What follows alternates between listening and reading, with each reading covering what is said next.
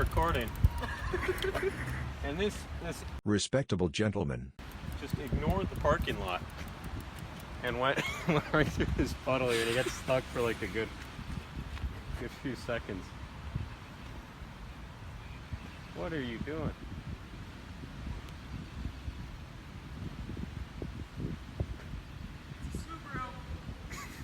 You go!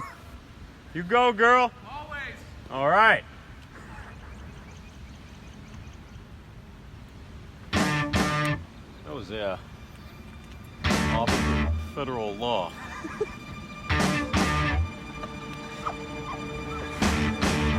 Oh, okay, time to move. Time to move.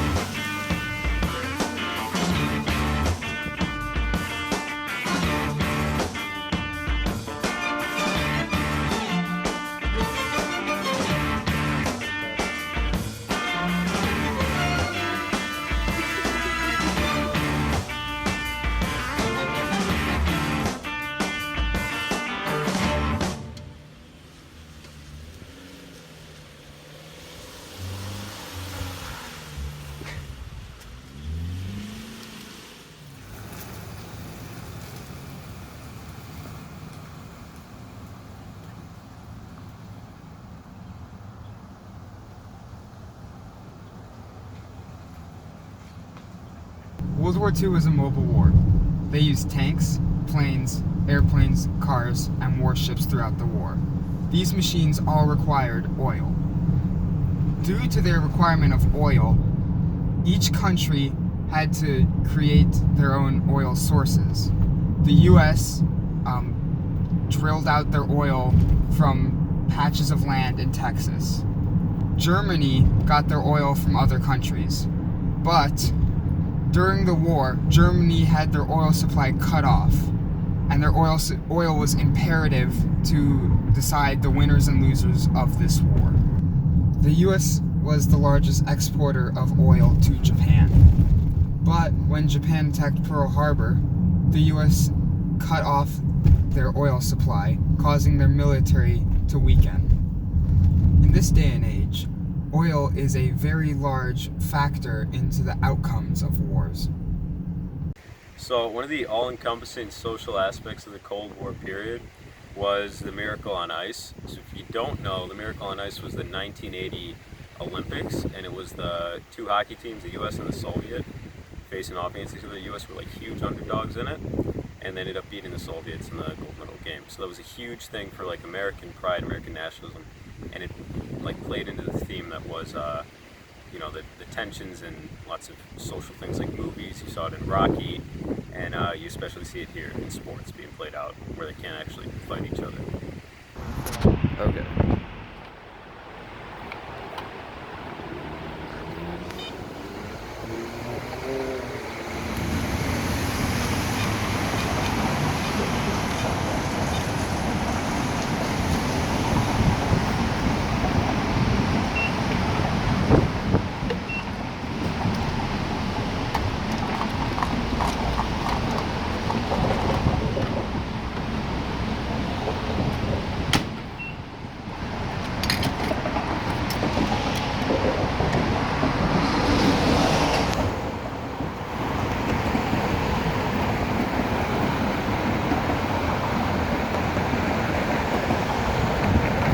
World War II came to a close. More and more countries campaigned for their own independence. For example, India, as they campaigned for their independence against Britain. But they also caused a domino effect of a multitude of other countries campaigning with them. In World War II, the US economy and population were both thriving. Due to this population increase, there was not enough space for the people and families in the cities. So they started to expand outwards, creating what is now known as suburbs.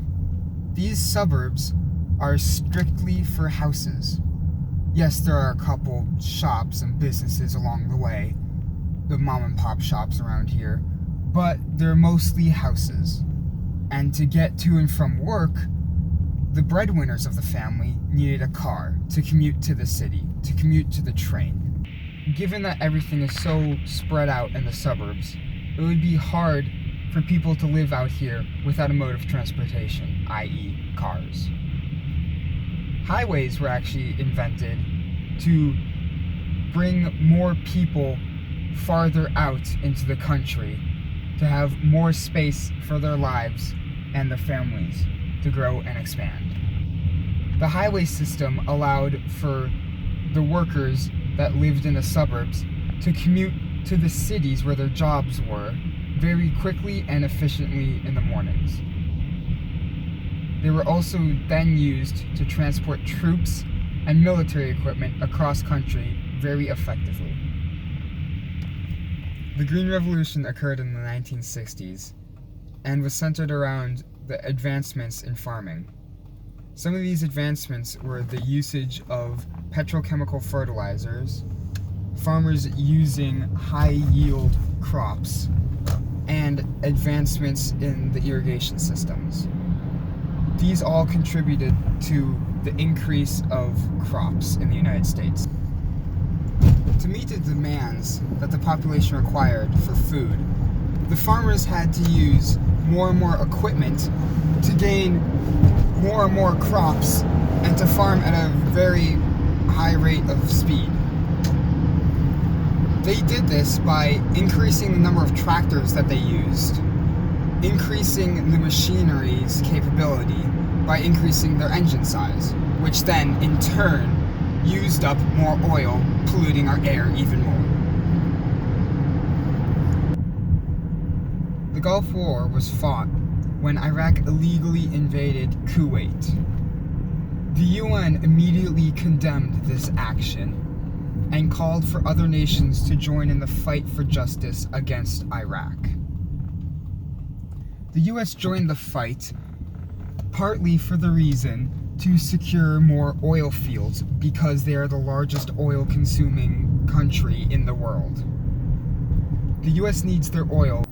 In the United States, oil is refined into gas, diesel, train fuel, and jet fuel. 98% of the oil is used for transportation.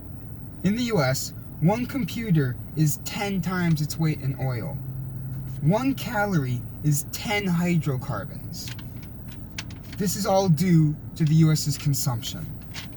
As we can see here on this map, we can see that 63.7% of all oil is used for transportation, 8.5% is used for industry, and 11.8% is used for other, which would be lubricants, oils for your car, and any other various objects that use oil, like plastics.